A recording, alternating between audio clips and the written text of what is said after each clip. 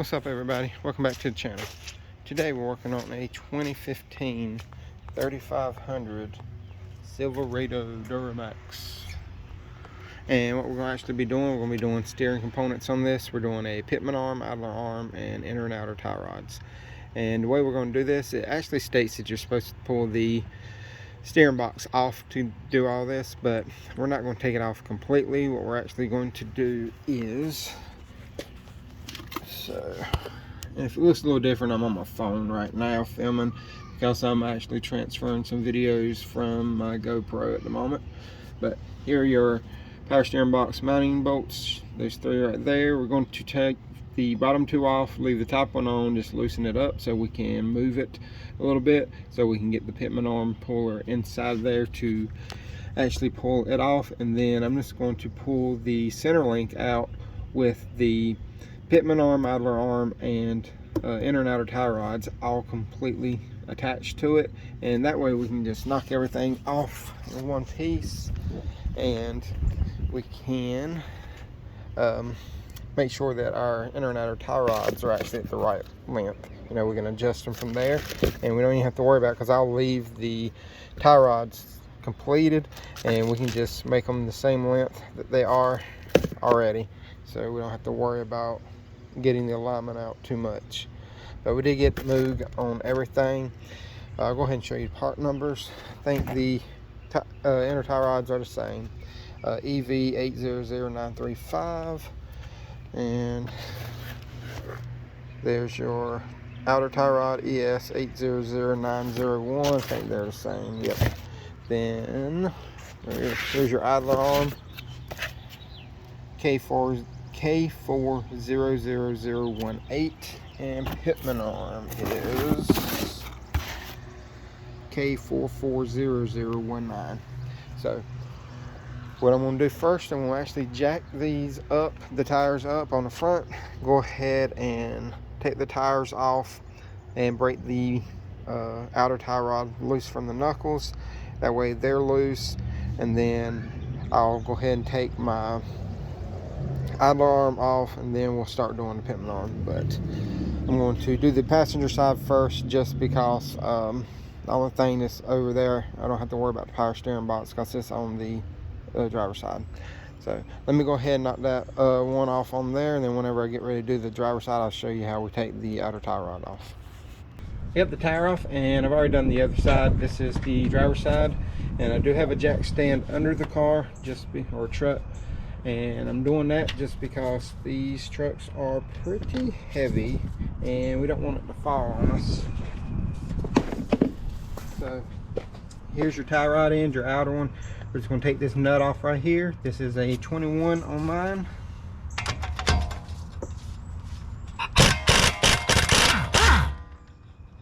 Yes, I am using air tools. It makes it quicker and easier for me, but if you do not have them, it's going to be the same process, just mine's going to be a little quicker.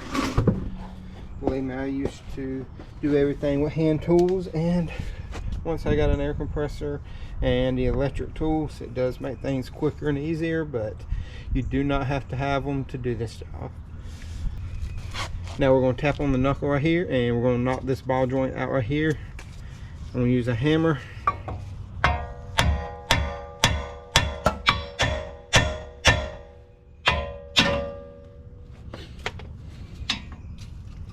If you're reusing the tie rod ends, do not hit it on the top like I did, like right on this piece, because you can mushroom that or cause a issue with the fitment.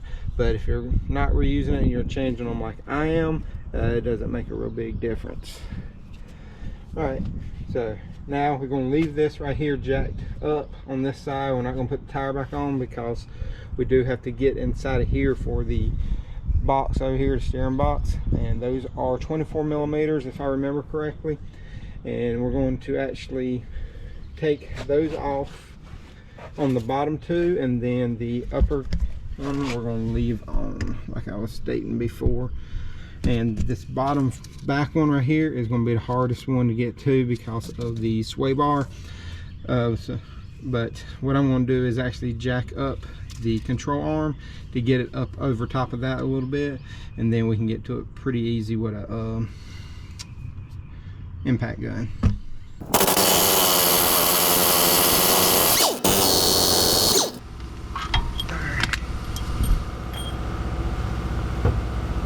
And now this top one, we're just going to loosen it a little bit.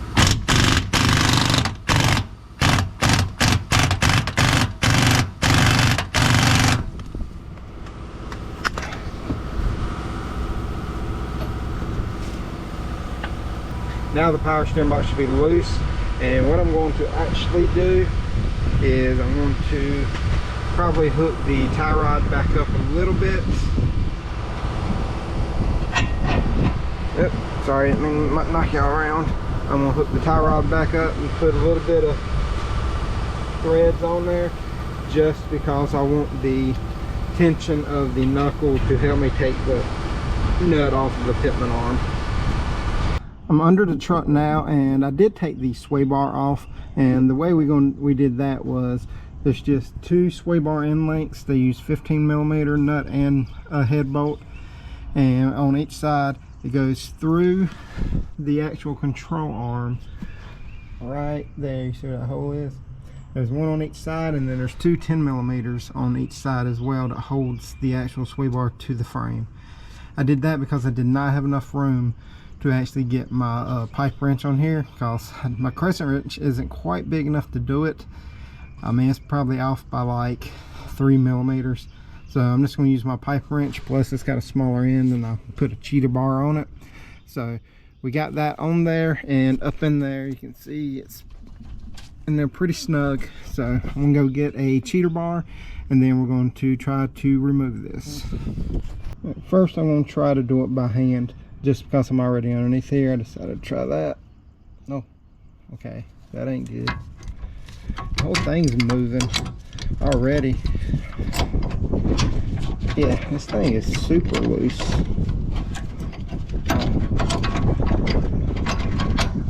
Yeah, it's loose. It's spinning off in here. That's really weird. No, I can't get it by hand, but with my crescent wrench, I mean, it moves super easy. Well, either my lucky day or my worst day. So let's hope that it ain't stripped out or any of that type of stuff, and when we put it back on there, we will put it back on there a lot tighter than it come off. So let me see what this is doing, and then if I get it off, I'll show you what it looks like. I ran into a little snag on this right here. One, my pitman arm puller isn't big enough. I'm gonna have to go get me a heavy duty one. It isn't wide enough for this pitman arm right here.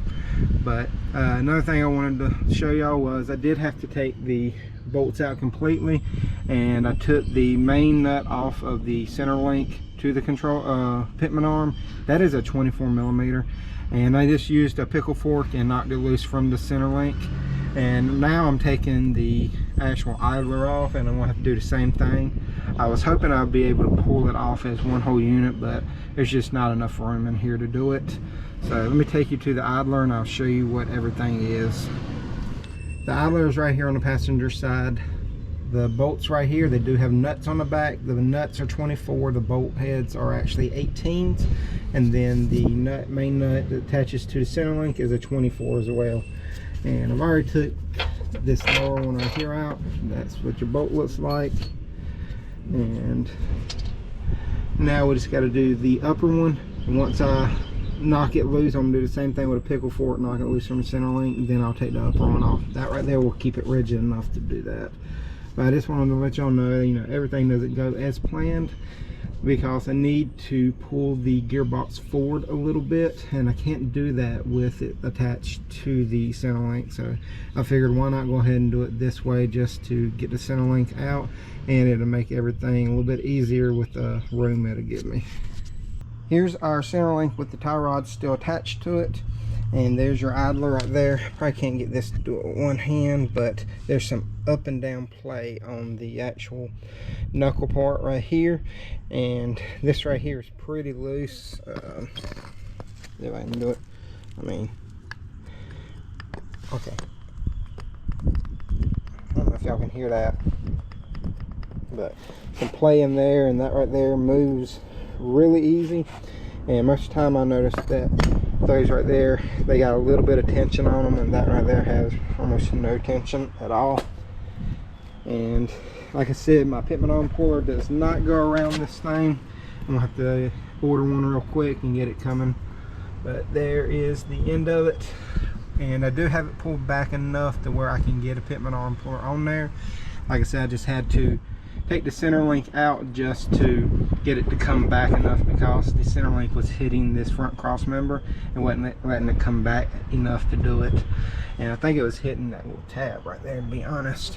But let me go get that coming, and then I'll show me pulling it off. But yeah, this right here, oh yeah, figure I'd go ahead and tell you that I pulled it out through this area right there. Like I just lifted it up and slid it, and just kept picking it up and sliding it until it come out. But yeah, let me order that and then I'll be right back. All right, so I went in, got me some lunch and stuff, and looked, see if anybody had one. Nobody had a pitman arm puller, but as you can see, it is off at the moment. And the only person that had one was the Mac tool truck. They had one, and it was about $400. I didn't get that one because I forgot that I had this 2-jaw puller right there. Forgot all about that, and it got right up in there, no problem, and pulled it off. And actually helped a little bit that the jaws on it were that long. It helped bring it down below the cross member right here a little bit. I'll see if I can find a part number on that thing. I've used that thing multiple times, and it comes in handy so much. And I actually like that. It pulled it right off. Like I said, no issues. It didn't even pop. It just gradually pulled it off. Where a lot of times those pitman arm pullers, they'll put tension, and all of a sudden it just pops real loud and throws them off. But now we got the pitman arm off. Also, y'all notice inside of here there should be 4 like big wide teeth on there. That is to help you line it up and make sure that you get it in the right location. But next thing we're going to do, I'm going to take this right here into the garage, and we're going to put that in the vise, and we're going to go ahead and take these tie rods off right here. So let me get this in there so we can do that. But first I'm going to make sure I mark which side is which and all this stuff, what's front, what's back, and all this. But I know most of the time you'll know, because the one with the 2 holes goes to the idler side, one hole is for the pitman arm. But still, I like to mark just to make sure everything is good. And I'm going to mark these right here one at a time and take these off one at a time. Okay, like I said, we're going to apply some heat to this right here. And it's going to smoke because of the rubber and all the grease inside of it and all that stuff. But it'll be alright once we're replacing all this anyway.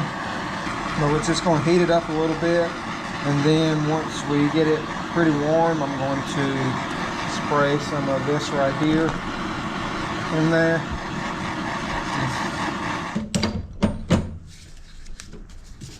We're going to try the pipe wrench.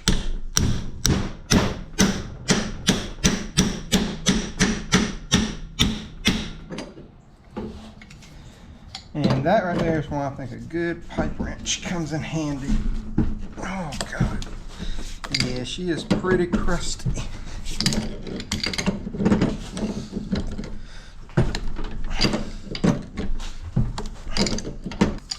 Also, there's Loctite on these most of the time, and even the new ones I got come pre-assembled with Loctite already on them. Oh yeah, and this had red Loctite on it.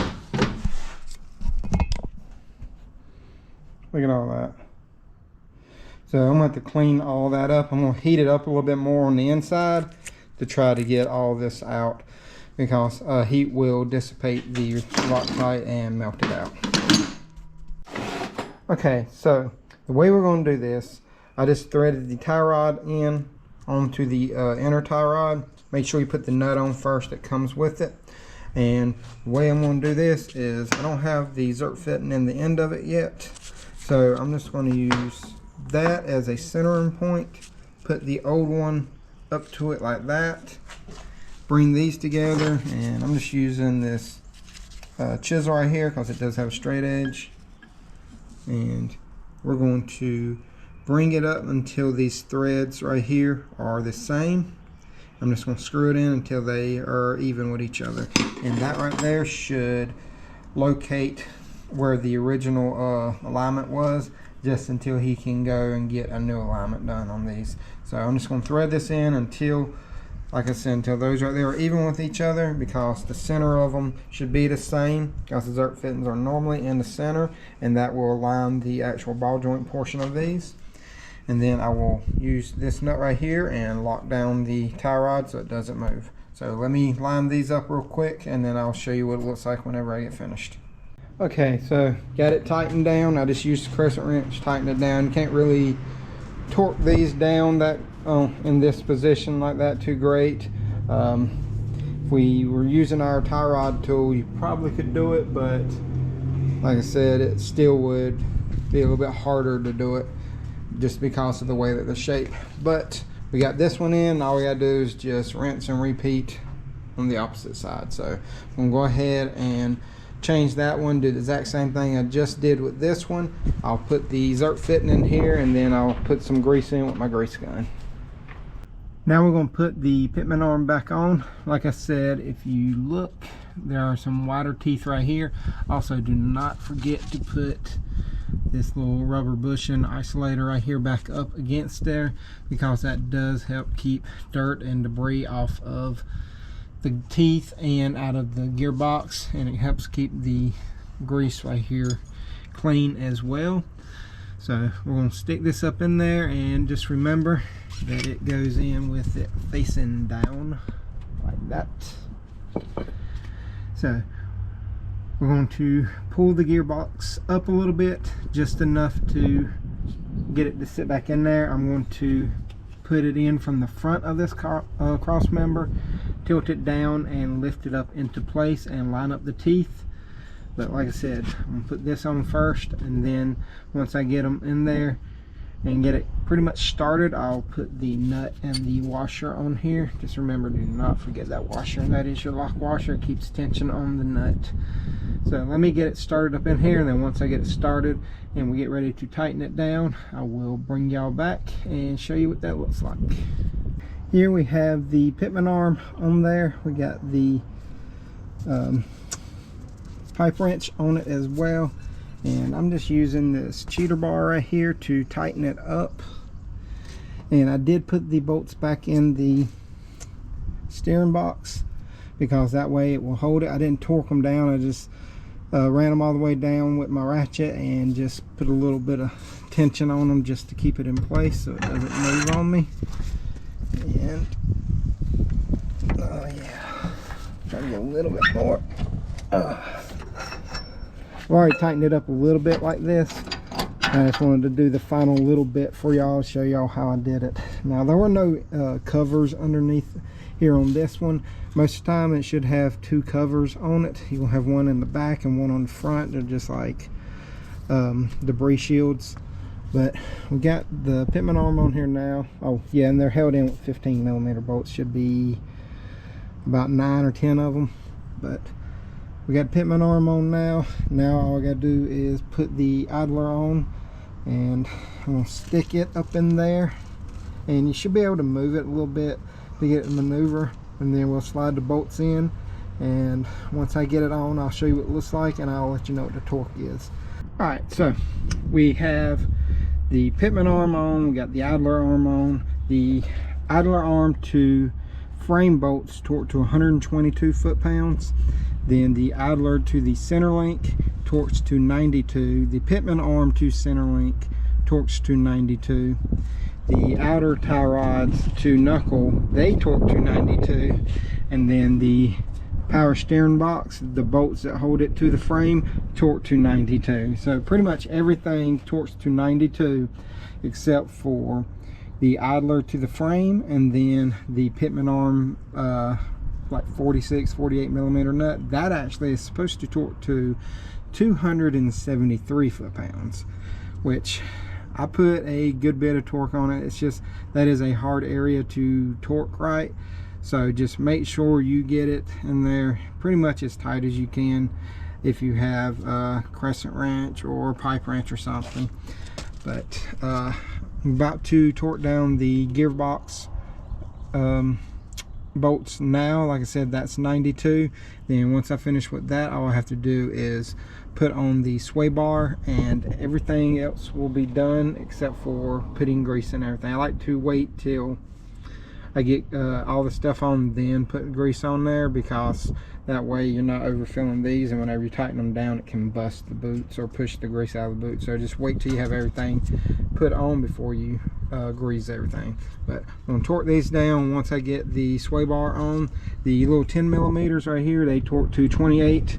Then the end links right here, you just tighten them down until they kind of compress the bushings a little bit, but don't over tighten it because it can wear out those bushings a lot quicker. It didn't give a torque on those, I couldn't find it, so if anybody knows the torque to the end links, put it in the comment section for everybody else, because I'd like to know that too, and I would write it down. And also, if you do know it, or if you happen to find it, just post a picture too if you're able to do that. I'm in the truck now. We're about to take it on a test drive.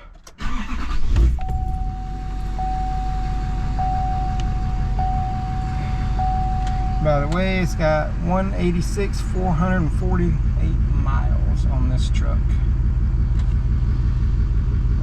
Let me put my seatbelt on and we'll take it for a test drive. Steering feels good and tight right now.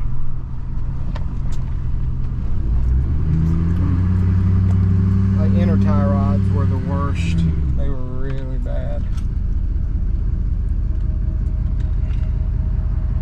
Waiting for these cars to go down the road. Come on.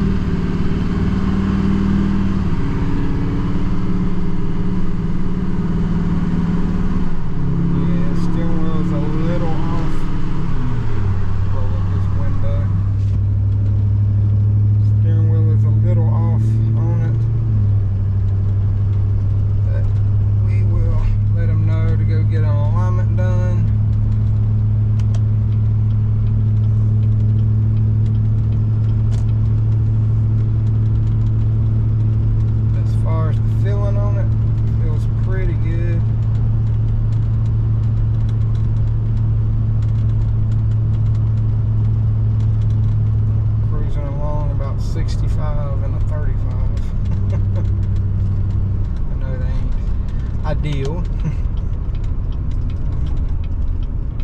but everything feels good on it. So, well, this is going to end the video. If y'all got any questions, comments, concerns, please leave them in the comment section below. I'll get to them as soon as I can, and I'll put all the part numbers, the links, and all that in the description also. But y'all remember, torque this tight, and y'all have a great day.